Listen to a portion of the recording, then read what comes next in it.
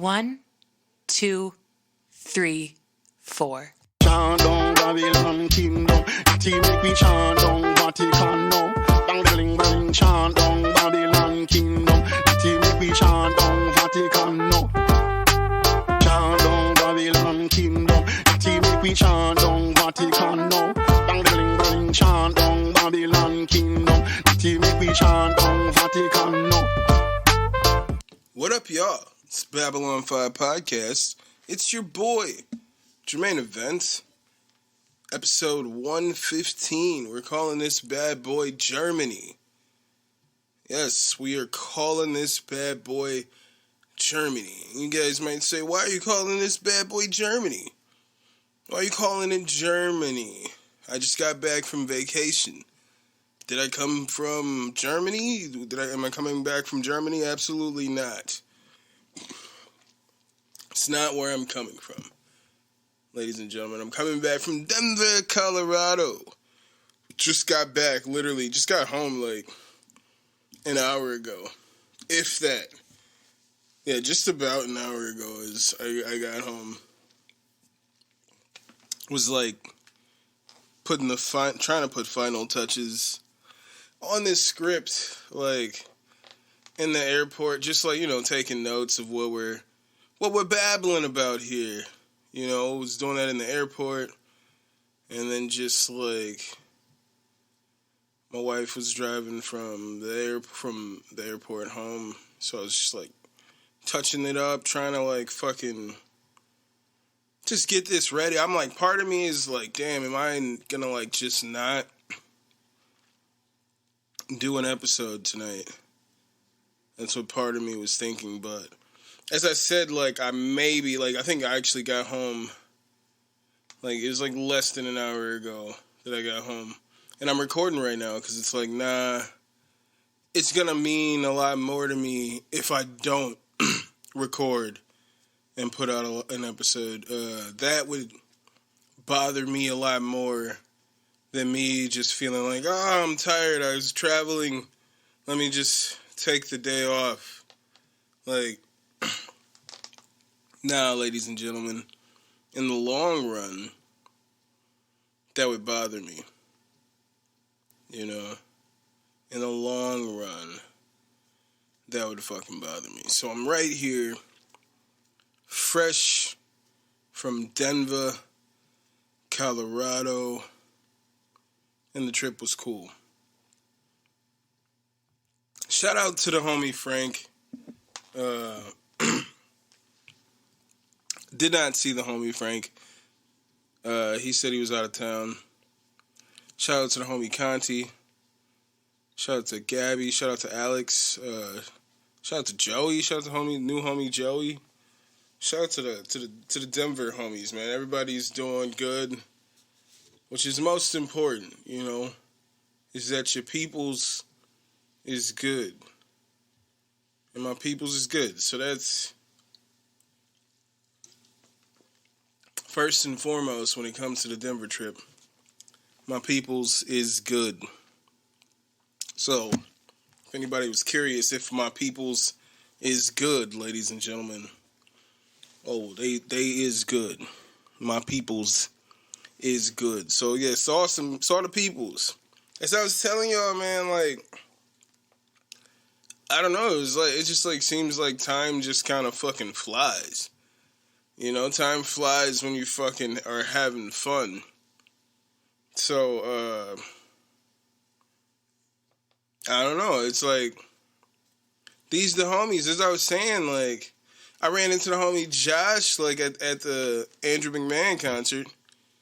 And I was like, I said to him, like, well, my wife. And he's like, nah. And it's like, fuck. I ain't really seen niggas in years. You know what I'm saying? And as I was saying, when I saw, I didn't run into Ethan. I went to his show at Quarters, and he was like saying things to me like, "Oh man, you look the same," which is telling me like, "Holy fuck, it's been some time. Niggas ain't seen me in years." And I'm talking to the homies in Denver. Conti's like, "It's been 3 years." since I've seen you. I'm like, Jesus, like, has it really been that long? It honestly doesn't feel that way to me.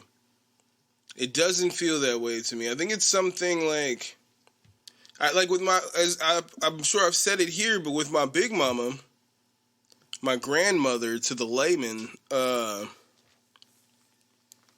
even if I hadn't seen her in 10 years or so, when I saw her, it was like we ain't missed a day. You know what I'm saying? It was like we ain't missed a day.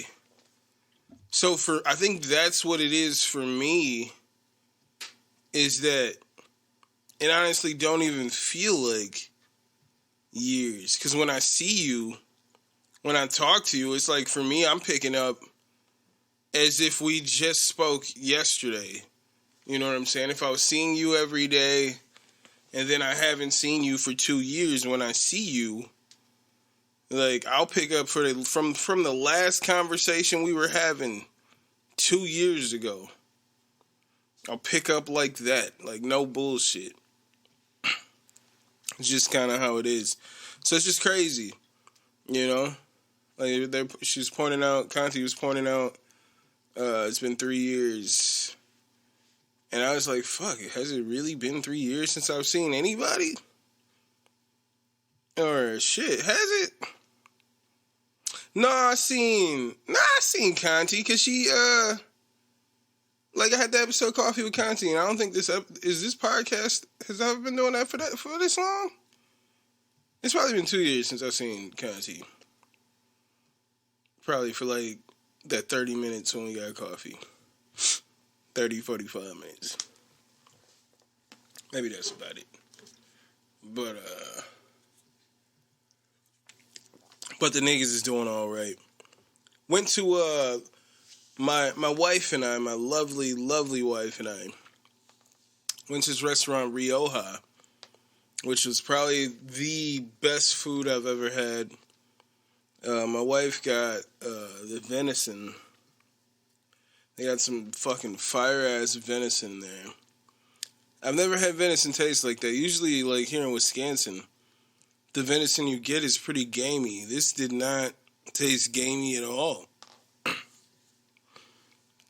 This is pretty good venison. Just tastes like, I'd say just better beef. It was just a better tasting beef. You know, that venison is just a little, it just got a better taste to it. Usually it's, what's the word I'm looking for? A little more moist, if you will. A little wetter than that beef, if you will. I don't know what I'm trying to say, but it's, a little more moist in your mouth, if you will. But she had that. I had this gnocchi dish, had like fucking scallops and shrimp. And, you know, I just love gnocchi. But that shit was just like the best gnocchi I've ever had. It was just some of the best food I've ever had. The service was great. The atmosphere was dope. It's one of the best, probably the best restaurant I've ever been to. As far as, like, just everything was on point. You know, music, service, fucking everything. Everything was on point. So if you niggas is in Denver, man, check out Rioja. They've like, my friends were telling me that, since COVID happened, they started to block off these streets. Because I'd been going to Denver, and I was like, I don't remember this ever being a thing, but just since COVID, they'll block off these streets with all these restaurants. Rioja happens to be one of the restaurants within this block, these streets where they block it off. And it's just like you can walk around. People are like doing shit in the streets. Just like walking around the streets, there's people with stands in the streets, but it's like street dining and music's playing, and it's just like, I don't know, it's almost like I thought like a festival was going on, like you know what I'm saying, like River West fucking fest or whatever, Center Street Days. I thought some kind of festival was going on. That's from giving you the atmosphere. I literally thought like it was a festival going on. I thought we had arrived at the wrong place. I was like, this probably ain't it, because it's a lot of shit going on right now. But that's just how they got it. They hooked it up over there in Denver on that street. I think it's pretty cool. I think it's pretty cool how they got it set up. So yeah, if you guys are definitely in the Denver area, I would check out Rioja. One of the best tasting restaurants I've ever been to. I was like there like, fuck. Like the shrimp was cooked perfectly. I was just sitting there like, fuck, I didn't know you could cook this well. My wife's venison, she had like some shit with the pears, like it was like balsamic ass pears or some shit. There was some good shit in there. Had some chantilly fucking mushrooms. Nigga, it was fire. Everything was fire. Everything was perfectly cooked. What more could you ask for? Give good brain, suck a dick. What more could you ask for? Rest in peace to Mac Miller. Nah, Rioja was fire though. I was like, damn. Kinda wish I could just go back here every day. I don't know about every day, but at least again, I want to go back soon. Next time I go to Denver, we're definitely making a stop at Rioja again. You know what's crazy? What's very interesting? I thought this was fucking hilarious. First time it happened, I was like, alright, that's what's up. I think, yeah, it was first night there. We stopped at the Avanti, the place Avanti, where it's like similar to like, you know, the Milwaukee area, like Crossroads Collective, like, well, I think, yeah, Avanti was there way before Crossroad Collectives. If anything, Crossroad Collectives is copying Avanti, you know, or just other places that have things like Avanti, the like shared kitchen type shit. And well, we went there to get some arepas, and you know, it's just check it out. You know, it's the scene. But what's interesting is the place we went to go get arepas. My wife and her friend Maria had went there before, and right, arepas are like a Venezuelan dish. You know what I'm saying? They're just a basic Venezuelan dish. I think from what I hear, like the Mexican comparison, or yeah, the Mexican thing would be like a gordita. That would be the similar thing if you were talking about Mexican food. So it's just an arepa. And apparently when my wife Sarah and her friend Maria got arepas, when they called Maria, they called her name as Maria. Alright? They mispronounce Maria. Like one of the most common names in Latin America. They fucked it up. So when they call my name, or when they call this name, me already hearing this story, I was like on my toes. Like, let me just see if I feel like, cause we were getting a to-go order, so I was like, I'm gonna just be like, when I see to-go orders come up there, my mindset is to be just weary of what could possibly sound something like my name. What possibly sounds similar to Jermaine. And I see the girl putting some shit in a bag. 2 arepas in a bag. I see it happening. And she walks up, goes to the microphone, looks at the ticket for a little second, then goes to the mic and says, Germany? Germany? So this episode is 115. Germany? This young lady calls out Germany. And me already hearing the Maria story, I just get up and I'm like, let me just go and just look at the ticket. And I walk up and I look, and sure enough, it says Jermaine. It says my name. And I go to grab, I'm like, oh, it's me. I go to grab it, and she steps up, and she's like, wait, is that how you pronounce your name, Germany? And I'm like, no, it's Jermaine. And she's like, oh, Jermaine. And I'm just like, nah, it's all good. Like, nobody's ever fucking called me Germany. Like, nobody's ever, like, just honestly, before that moment, looked at my name and said to me, and called me Germany. Nobody had ever done it before. All right? Nobody had ever done it before. I thought that was pretty amazing. Do you know what else is amazing, ladies and gentlemen? The very next day, I get an Uber, right? We're meeting up with the homies before we go to the Nuggets game. We went and saw the Nuggets play the Mavericks. I'm in there like, let's go, Luka. The Mavericks got stomped. I call an Uber. We finna go meet with the homies before the game. And I come outside. The Uber pulls up. And guess what this man says out this fucking window, ladies and gentlemen? He fucking says out the window, Germany?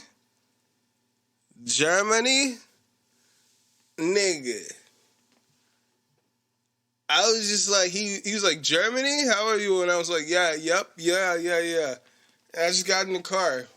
And like a little bit after I got in the car, I was thinking like, oh shit, he asked me a couple questions there. But I was just like, yep. Because I was so thrown off, like, nigga, how did this happen twice?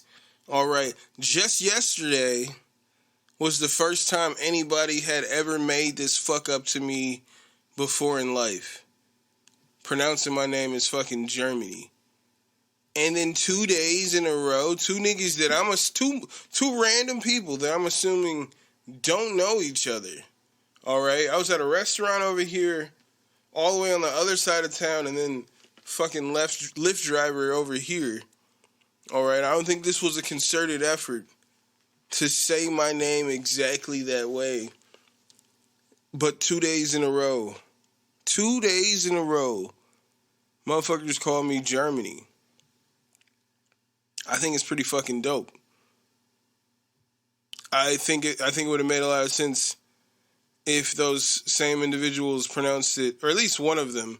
The lady that was working at the Venezuelan arepa restaurant, if she had called me like Hermione, like I think like it would have made sense for her to pronounce it Hermione when you look at how it's spelled. Because the fact that she called me Germany tells me that she should have called me Hermione. And I would have been like, that's fucking cool, young lady. That's fucking cool. That's not what I came here for, but I'm glad we did it. Glad we went there, young lady. That's where I would have been with that. Shout out to both of those people for calling me Germany. It's the new shit. Maybe that's a new name I'm going to start to throw out there now. Fucking Germany, niggas. So that's why episode 115 is called Germany, because it's fucking hilarious to me. People calling me Germany. The first lady was Spanish. That's what I'm saying. Like, I'm pretty sure these people didn't know each other. It ain't a concerted effort to call me Germany. First lady was Hispanic. We were at the Venezuelan restaurant. The Lyft driver was I believe Indian. Middle Eastern or something like that, or like I'm not trying to be offensive here, but what my point is is I'm pretty sure they didn't know each other and they didn't know me, and I wasn't getting punked. And niggas didn't, you know what I'm saying? This was just honest. Niggas just randomly in the same fucking random ass spots called me this name. In like less than 24 hours, niggas just both mispronounced my name this way for the first time. Shout out to y'all for that. That was pretty fucking cool. That was pretty fucking cool. So, shout out to y'all. I was about to tell y'all some pretty terrible shit. Well, it wasn't terrible. I was just, we were trying to go to the mountains. Long story short, nigga, I'm fucking not built for that shit. And especially not, the rental car we had was this little tiny ass little car, so tiny. And like, the speed limit on this freeway, and it's just turn, right, left, right, left. It's just curve. It's nutty. All right? Right? And the speed limit is 55. Or it might have been 65, nigga. It was crazy how fast the speed limit was with how the turns were up there. But everybody else except for us was speeding. So there's just trucks and all kinds of shit just zipping by. And I'm just sitting here like, yeah, we're gonna fucking die today. We're going to fucking die today. But we didn't. Thankfully, I'm sitting there freaking out. Thankfully, after a while, my wife was just like, yeah, let's just turn back because it was just a wild ass fucking way up there. And I'm just over there to the side, just fucking going through it, ladies and gentlemen. Now, I wanted to be that way, but I guess I'm not built for that mountain ass shit. You know, it's like, I feel like I remember maybe being with like Matt or even fucking Andrea at some point where like we went up to the mountains, because I know we went with separately. I was with those people in the mountains. So like, did I experience some of that shit?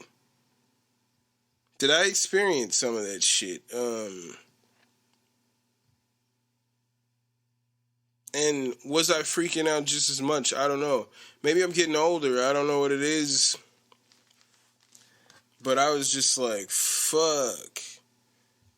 Like, I could not handle this fucking ride. It seemed like at any point this car was about to get knocked off the side. It was just so tiny.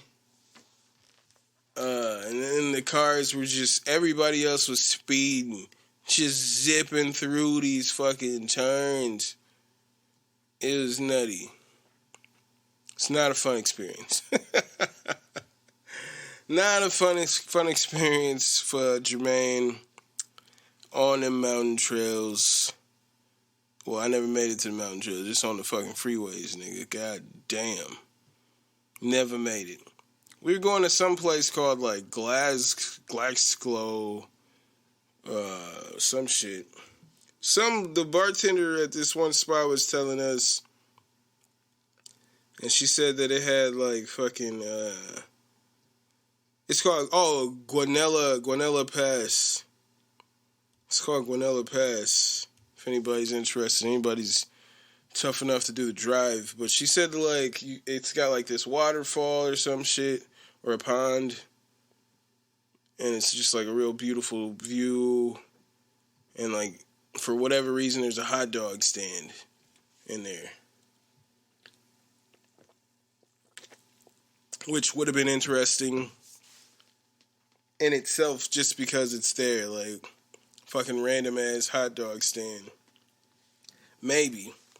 You know, there was a taco truck. Niggas had a taco truck sitting outside of my old job that I just quit. It'd be out there every day. And then one day the niggas in the office was like, yeah, where does that guy go to the bathroom? And I'm sitting here like, what? Where's that guy go to the bathroom? They're like, yeah, where's it? They're just talking to each other. And I'm just listening, thinking in my head, like, what the fuck does that mean? Where's he go to the bathroom? Like, and they're like, yeah, where does that guy fucking wash his hands?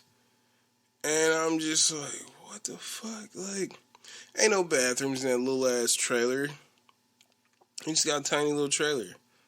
You know what I'm saying? That's connected to the truck that he has on the hitch. So they're like, fuck, where does he go to the bathroom? He's just sitting there all day. He be there before I get to work. I'll be at work for 9 hours. And he's still there when I leave. Serving tacos. Meanwhile, they're like, yo, where does that nigga, where does he fucking go to the bathroom? Where does he wash his hands? Then I was like, fuck. Probably nobody should ever eat food from that cart ever. And then I'm thinking like, damn, we go to this mountain, we get to this little area where they got the fucking pond, cool little area here. Niggas over here slanging hot dogs, why don't I get them? But then it's like, well, where's that guy going to the bathroom? Where's the guy over there with the hot dog stand just at the bottom of this fucking little mountain trail? Where does he wash his hands? In that fucking pond water with no soap? I'll still eat that hot dog, Jesus Christ. I'm just saying, where does that guy wash his hands? And I'm just saying, if you guys want to follow this podcast on Instagram and Twitter, it's at Babylon5Pod. You can follow my personal account at My Name's Jermaine. You can email this podcast at Babylon5podcast@gmail.com. You can listen to this podcast at Babylon5pod. At Babylon5.podbean.com. You can, you could follow this podcast, is what I was saying previously. You could follow us, I'll say it again, at Babylon5.podbean.com. You could listen to this podcast on Podbean, Stitcher, Spotify, Apple Podcasts, iHeartRadio, YouTube, pretty much anywhere podcast stream.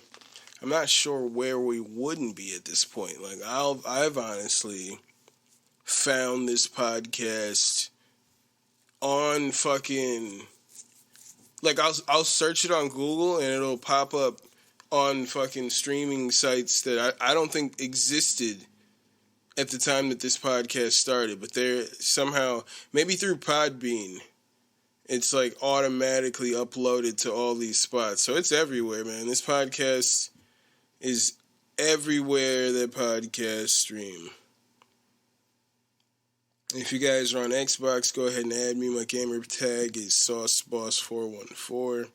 If you guys are on Twitch, go ahead and follow me at twitch.tv/Babylon5. Go ahead and cop some merchandise. Go to teespring.com/stores/BOFpod-shop. And don't just be my Negroes, be my patrons. Be my patrons. Go to patreon.com/Babylon5pod. We are about 28 minutes in, ladies and gentlemen. I did not think that I would, It's crazy, because, like, last week, I was saying, I was babbling pretty long, and I usually don't like to keep the screen on. I like to turn it off and just go. But I was like, fuck, this is going to be a short week. I don't have a lot to talk about. But I kept the screen on, and we're almost 30 minutes in, and I've only had one topic, like, that I've been on here, so maybe that's the trick. Maybe the trick is to keep this fucking TV. Keep the screen on, It is a TV. I just use this HDMI cord to connect to my TV. So it is. I'm not like, I'm saying that because, like, I was like this fucking TV, and somebody might be like, is this fucking this Neanderthal not know the difference between a TV and a monitor? Like, no, I know, fam, but this is a literal TV that I'm using an HDMI cord. It's not a computer monitor. It is a fucking TV. That's what I'm using. And we just had UFC 267. And I probably wouldn't even talk about this. This fighter debuted Saint Denis. I picked him to beat Elite Ezekiel Dos Santos. Dos Santos was on a 2-fight losing streak coming into this fight. I just felt like he was kind of over the hill. And Saint Denis had this like grappling style that I felt like was just really going to suit him in this fight. But by the end of the second round, you got Saint Denis, who is running away from the fighter with his back turned. He's looking at the ref like, yo, what the fuck? And the ref is just watching it. He does not stop the fight. The corner does not stop the fight. The commentators are screaming, stop the fight! Stop this fight! Nobody stops the fight. The corner does not stop the fight. The referee does not stop the fight. And they allow this fight to continue. It goes to the end. Because it's just like, time after time, Saint Denis was just getting fucking beat up. This guy's just getting beat up.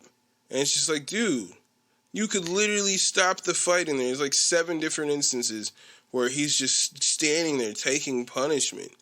Or on the ground taking punishment. And it's like, why won't he stop the fight?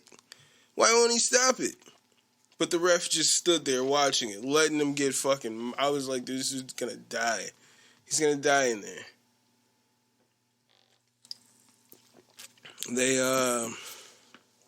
They removed the ref from his duties, whatever he was gonna do later. He was gonna ref the Magomed Ankalaev fight on the main card.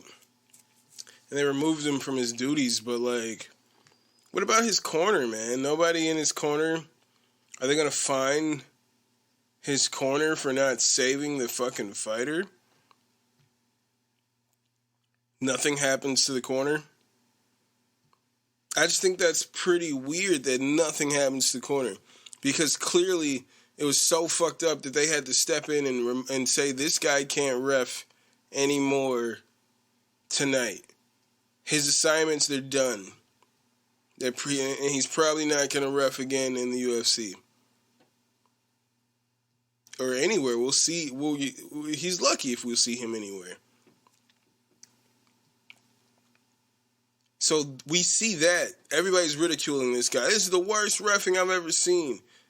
Why is no one saying, yo, this is the worst cornering I've ever seen? Everybody should be saying, if you're a fighter, make sure you don't ever go train at that gym. You don't want to go to war with those guys in your corner, because this guy's running away from this fighter, looking at the ref to save him, and the ref won't save him. And then he comes to the corner,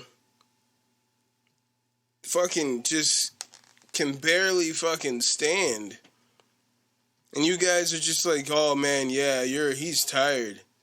You got it. He's tired. And it's like, what the fuck are you talking about? Stop this fight. Stop the fight. Save your fighter.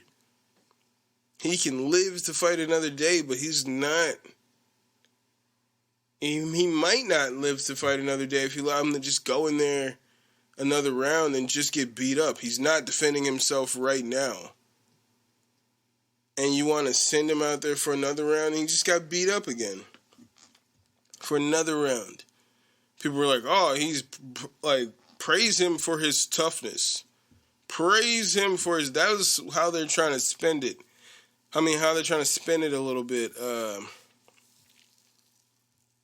it's quite ridiculous, I believe, how they're trying to spin it. I've seen some... In the MMA media, they're like, this guy's toughness. But no, that should never be the issue. It should be those guys in his corner should be ashamed of themselves for allowing their fighter to go out there for round 3, for never throwing in the towel, never saving their fighter. That needs to happen in MMA. Save your fighter. He's running away from this guy. Back turned, looking to the ref for help to save it. Save me. Get me out of here. In his corner at any point has the power to step in and say, hey, our fighter's running away. This fight's over. We're done. But no, they did not. So it's not just on this ref. But it's crazy to me that they could remove him from his assignment. And they can put all this ridicule on him, but then it's just like nobody's saying anything about the corner. Who I feel like most of it's on the corner. As much of a terrible ref that guy was, most of it is on the corner for not saving their fucking fighter. What do you think's gonna happen in there? You think if you don't save your fighter, somehow he's just gonna win?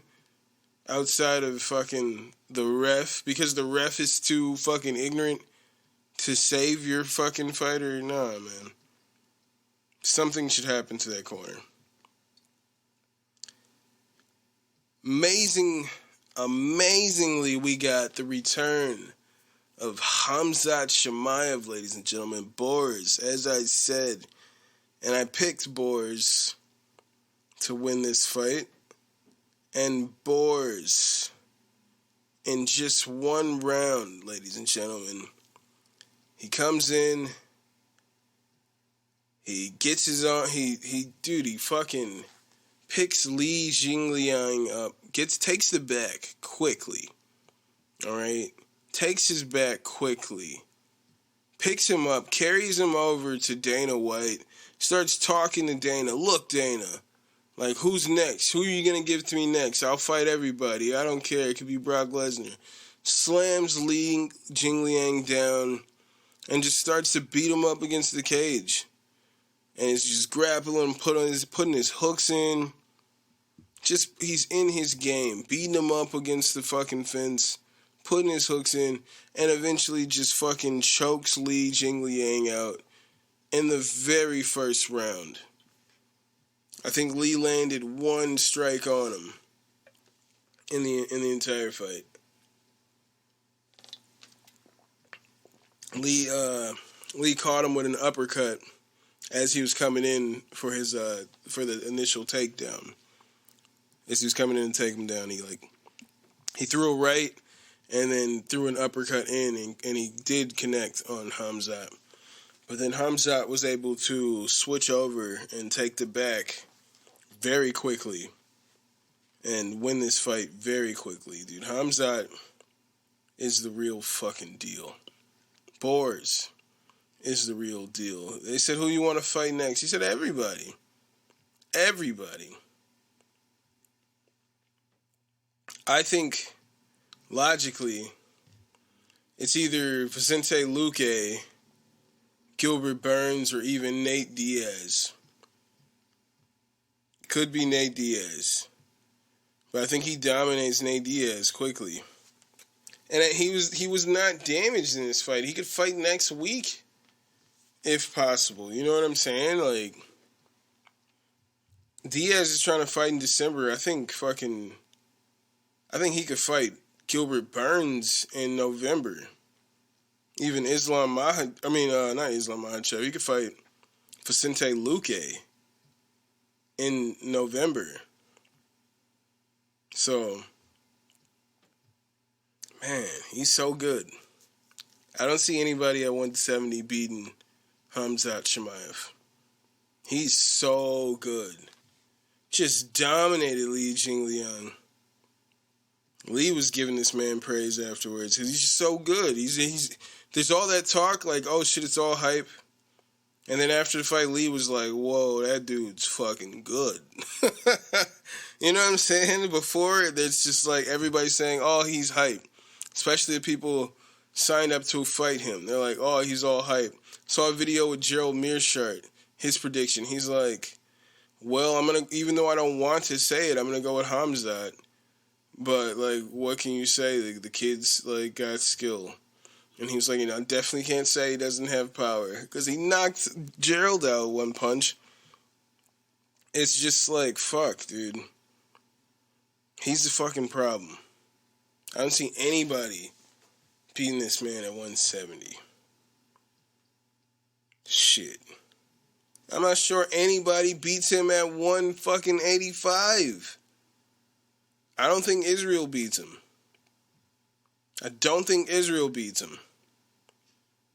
I don't think Israel would have anything to do to stop to handle, to try to deal. I don't think he can stop the wrestling.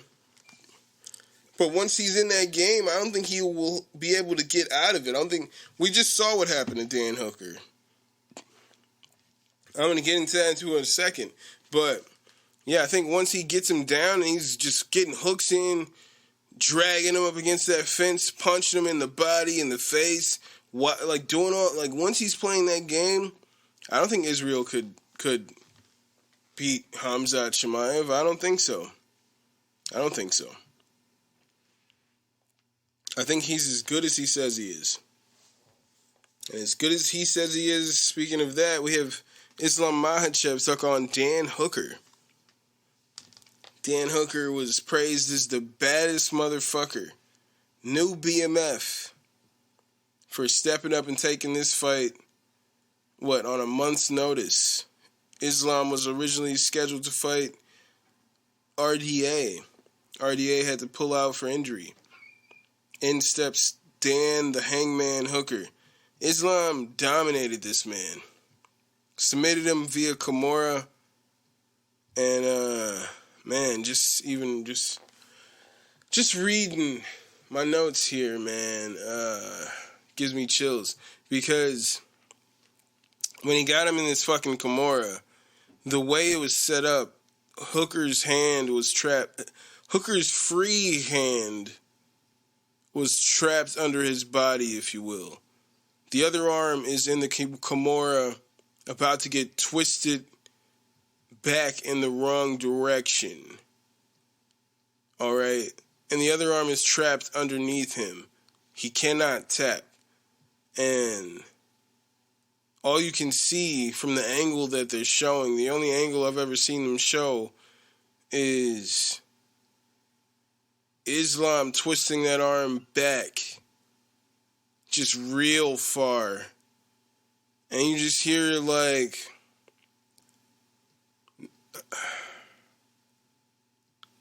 it's a scream. You hear a scream. Just the purest scream of pure pain. I can still hear it. Honestly, it's like, when I first heard it, I was like, damn, did he just scream out? I was like, nah, that wasn't real. Like, what I heard, I was like, that was like special effect or some shit. Because it sounded like something you'd hear in a movie, how he screamed out. And I'm thinking with the time delay, maybe they tried to, like, muffle it out. You know what I'm saying?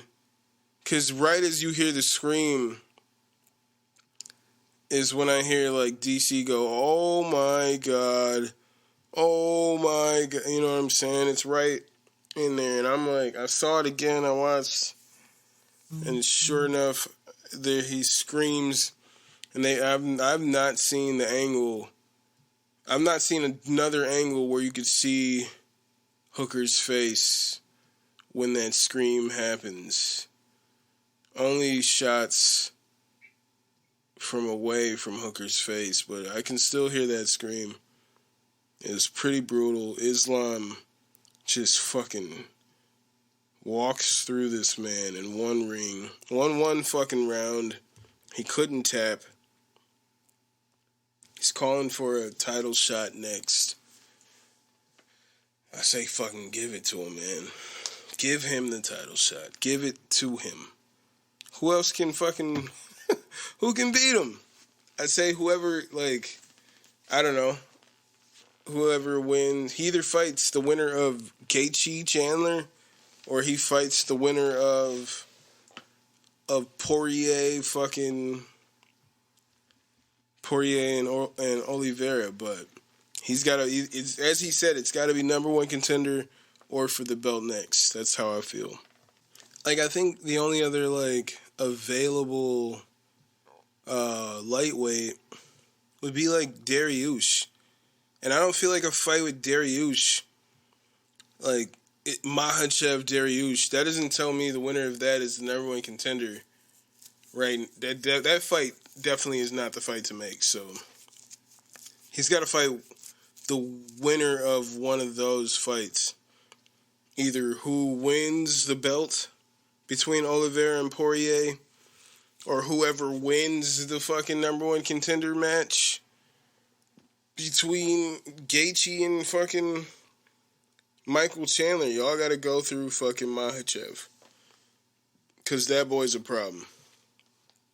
It was so brutal, and I probably will hear that scream for the rest of my life. As I told y'all, I watched Dan Hooker get his ass beat in front of me, so I couldn't trust him, and definitely not against fucking Makhachev with his grappling prowess, and Jesus Christ. Then you had, in the co-main event, Petr Yan versus Corey Sandhagen in a fucking beautiful fight, ladies and gentlemen. This fight was phenomenal. I scored it 4-1 for Petr Yan. So, see, my thing was, I went with Corey Sandhagen going into this fight, and I thought that the movement was going to be just too much for Yan.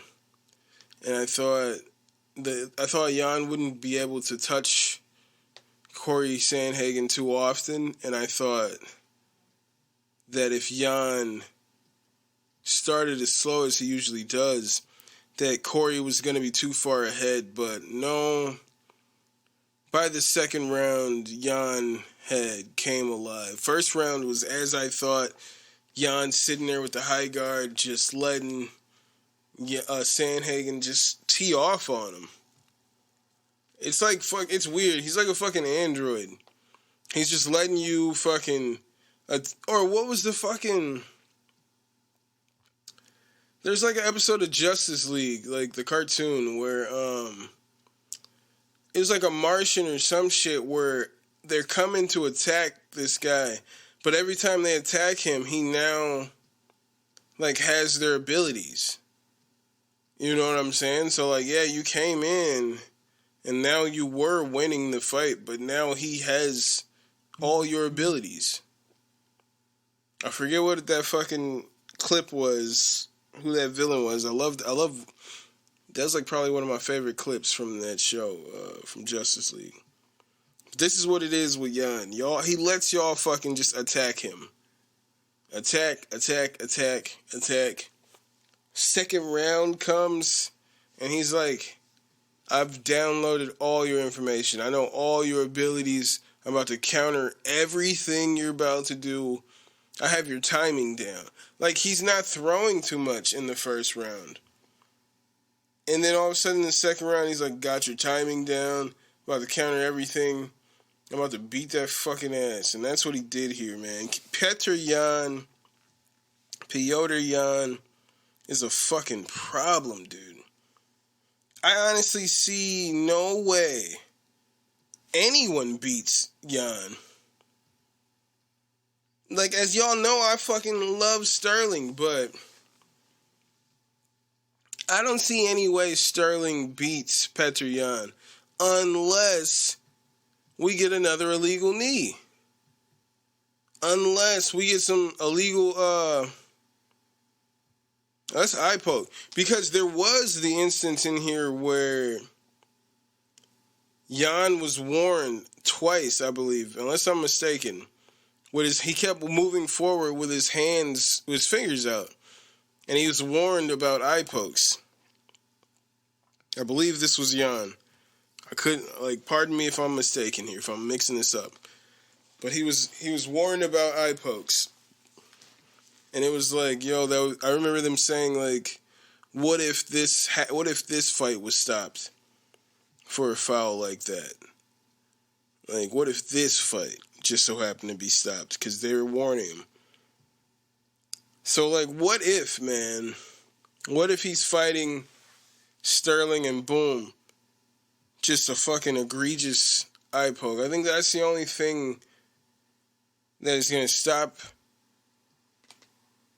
Jan from unifying the belts when he fights Aljamain Sterling. I don't think anybody can beat Jan. That dude is fucking good. Much better than I ever expected. Much better than I thought. I was saying like in the Sterling fight, he showed me that he wasn't just a hype train. In this fight with Sandhagen, Jesus, he showed me he's the real fucking deal, dude. He broke Sandhagen. At the end of the fucking fourth round, Corey Sandhagen's sitting there in this corner, and he looks like, yo, this is done. He knows he can't win this fight. And, like, I remember him talking to his corner, and he's just like, trying to talk to him. He's like, yeah, so what do I need to do? Like, there's just, like, no energy in what he's saying. And then in the post-fight interview, they're asking Corey Sandhagen, they're like, when they read the card out, were you surprised? Did you feel like you had done enough to win the fight? And he's just like, not really. Like, I just was not the better man tonight. He was much better than me. Tonight was not my night. And it's just like, dude, man, when I saw him on that stool before the fifth round, it's like, yo, he was already done. He was already done. Jan had broke that man. Jan had already broke that man. The fight was great. Sandhagen fought his ass off. But Jan was a beast, all right?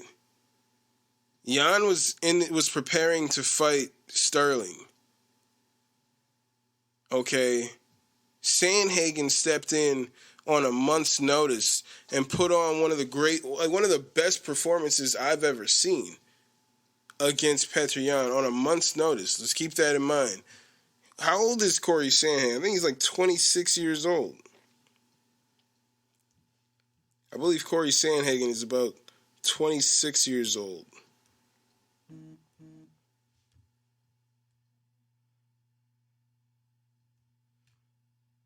I will never know. 29. Sandhagen is 29 years old. He will be back. All right? I believe he will be back. He will fight for a championship again. But he looked amazing on a month's notice against Petr Yan, who is just fucking phenomenal.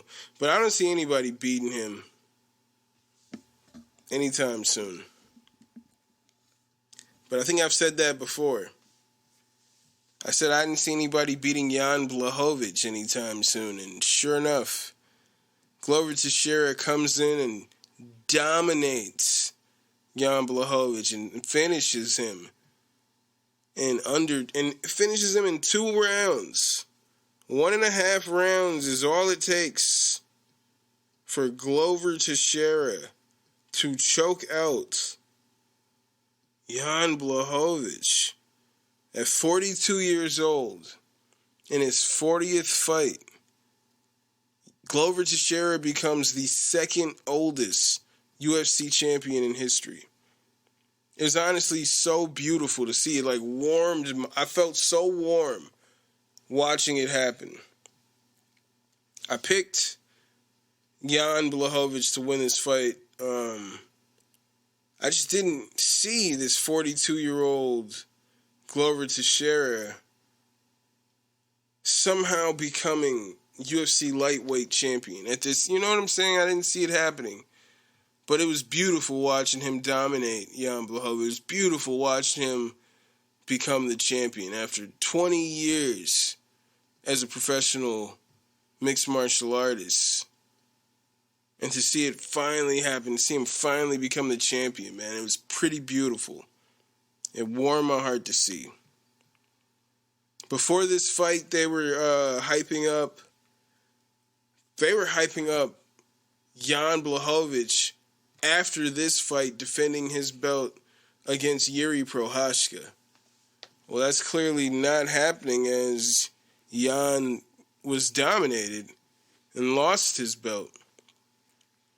So some people were saying, like, oh, well, clearly Yuri Prochazka versus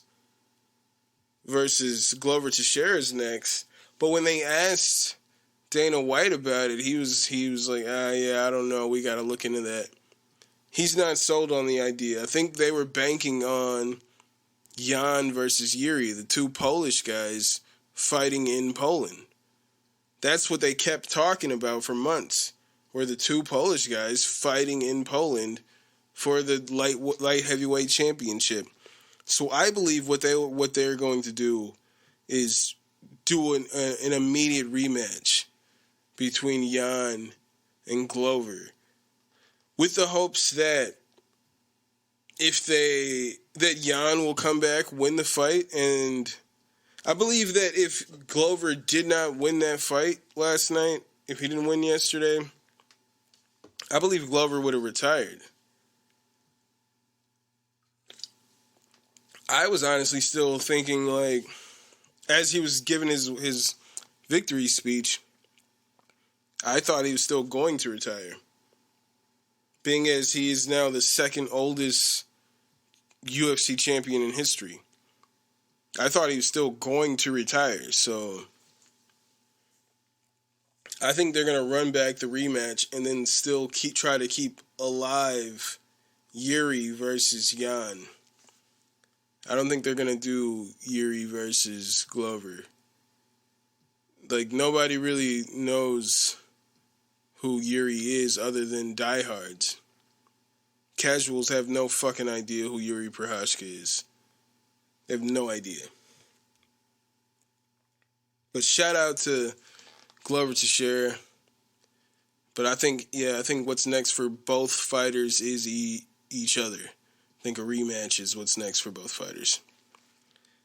So next week, we have UFC 268, headlined by Kamaru Usman versus Colby Covington 2, the rematch. Jesus Christ, I'm super hyped for this. We got both fighters with new camps since the first fight.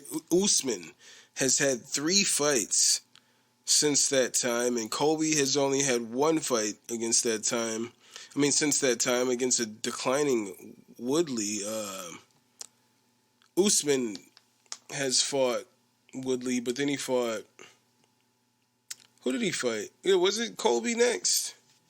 Yeah, I think it was Woodley, Colby, Masvidal. Colby, yeah, so Masvidal, Jorge, and Burns. Jorge's the same person, so I said Masvidal, Jorge, Burns. So Masvidal, Burns, Jorge. I don't think he fought anybody else other than those 3. Yeah, he's had 3 fights since then. So Masvidal twice and Burns.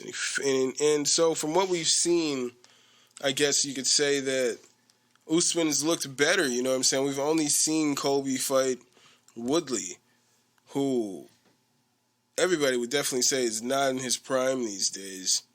So my heart says Covington. I'm a huge Covington fan. I'm not shy about that.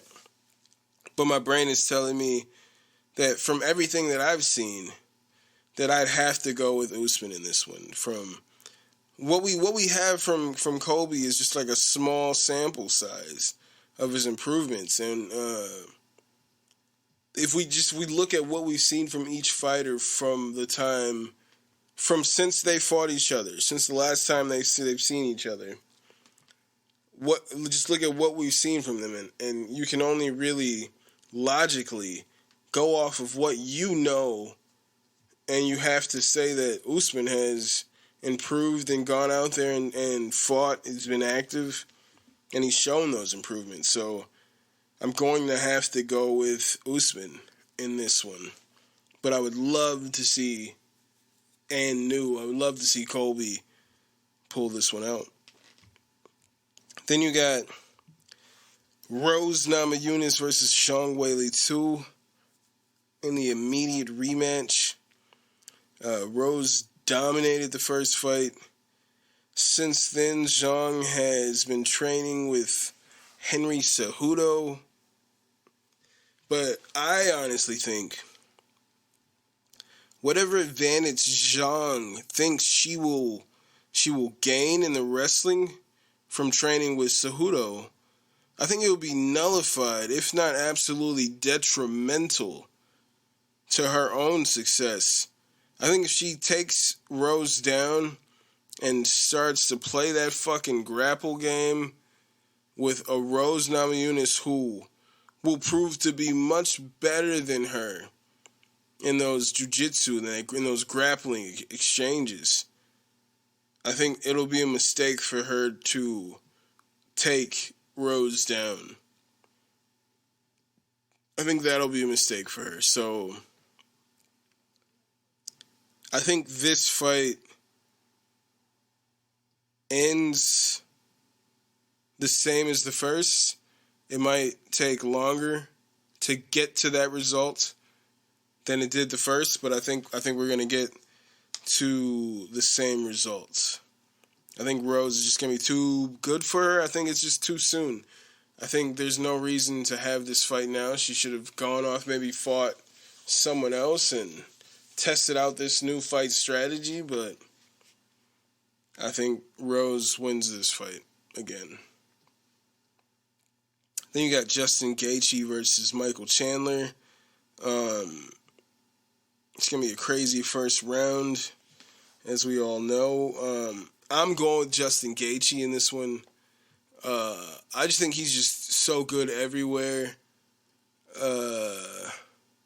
I think the only real path for victory for Chandler, for me, is to somehow get Gaethje down with the grappling.